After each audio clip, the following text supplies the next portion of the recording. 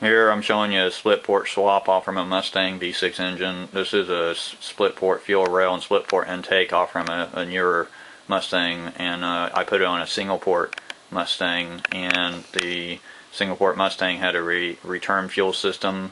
The split port Mustang had a returnless fuel system. So right here I'm going to show you where I cut the fuel lines on the back, and also cut the single port fuel rail where the fuel pressure regulator is. That came off from the single port. I basically just took the lines off from the split port on the back and routed them to the single port fuel pressure regulator, and then I routed the return line right there and put it back into the fuel rail from the single port, which I cut the fuel rail in half because the two fuel rails are welded together, but I cut them in half so that I just had the one line coming back up. But you don't have to do that. You can just take this piece right here where there's 6 inches of line right there.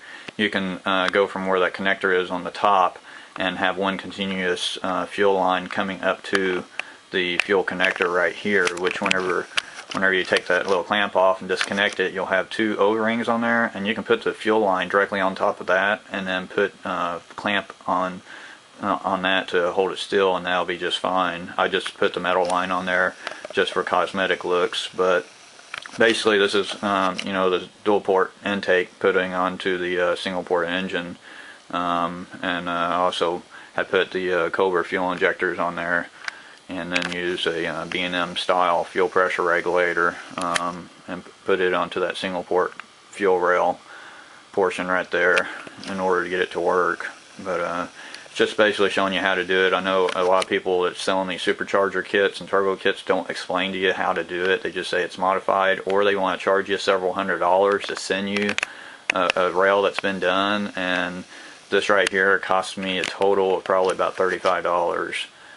So other than the fuel pressure regulator, basically the lines and the clamps, the fuel line's like $8 or $9 a foot, so I think it was about $35 for everything to make the changeover.